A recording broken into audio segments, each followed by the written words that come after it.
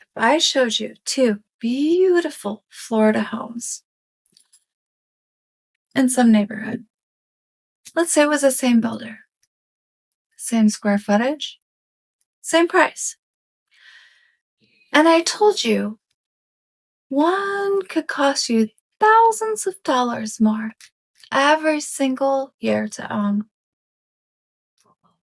would you know why? Most people immediately start guessing.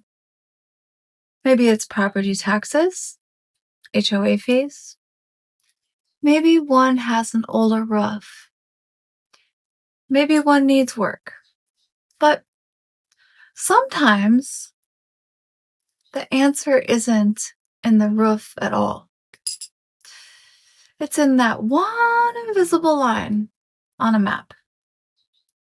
And that single line has changed insurance costs, sparked major lawsuits, changed home values, created enormous frustration for homeowners, and determined, sadly, whether or not families could even afford to stay in their own homes. Most buyers never even look at it until after they've already fallen in love with the house. Most people think this is just a FEMA story. It isn't. It's a Florida story. Because if you really want to understand buying a home here, you have to understand something that makes Florida completely different from, well, almost any other state, that's for sure. Florida is built on an invisible boundaries. You can't see them from a driveway. You can't see them during an open house. They aren't listed in the beautiful photos online, but they can affect what you pay, how you insure a home, how you commute, how your property appreciates, and even who provides your utilities. Let's start with the map almost everyone eventually hears about. Flood maps. Whether people agree with every flood map or not, which, they don't, they have very real consequences. Insurance companies, they use them. Lenders, they use them. Homeowners pay attention to them. Sometimes a single updated map changes what a homeowner pays every year. Sometimes it changes nothing.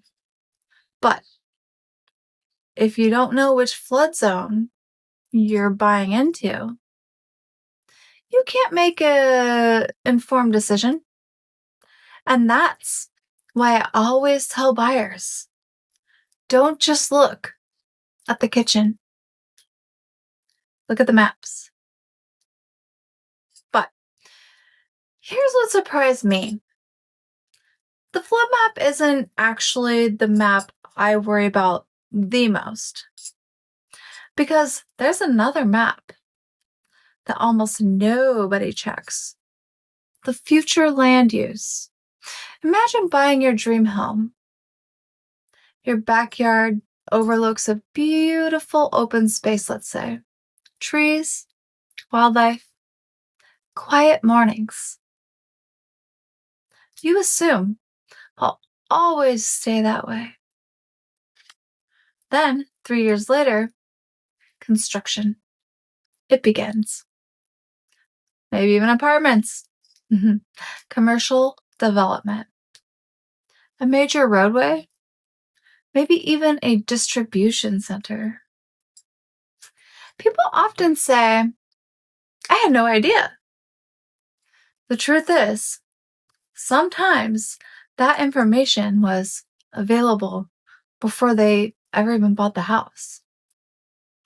They just didn't know how to ask, think about it maybe. But Even if so, it's an invisible boundary. So let's talk about city limits.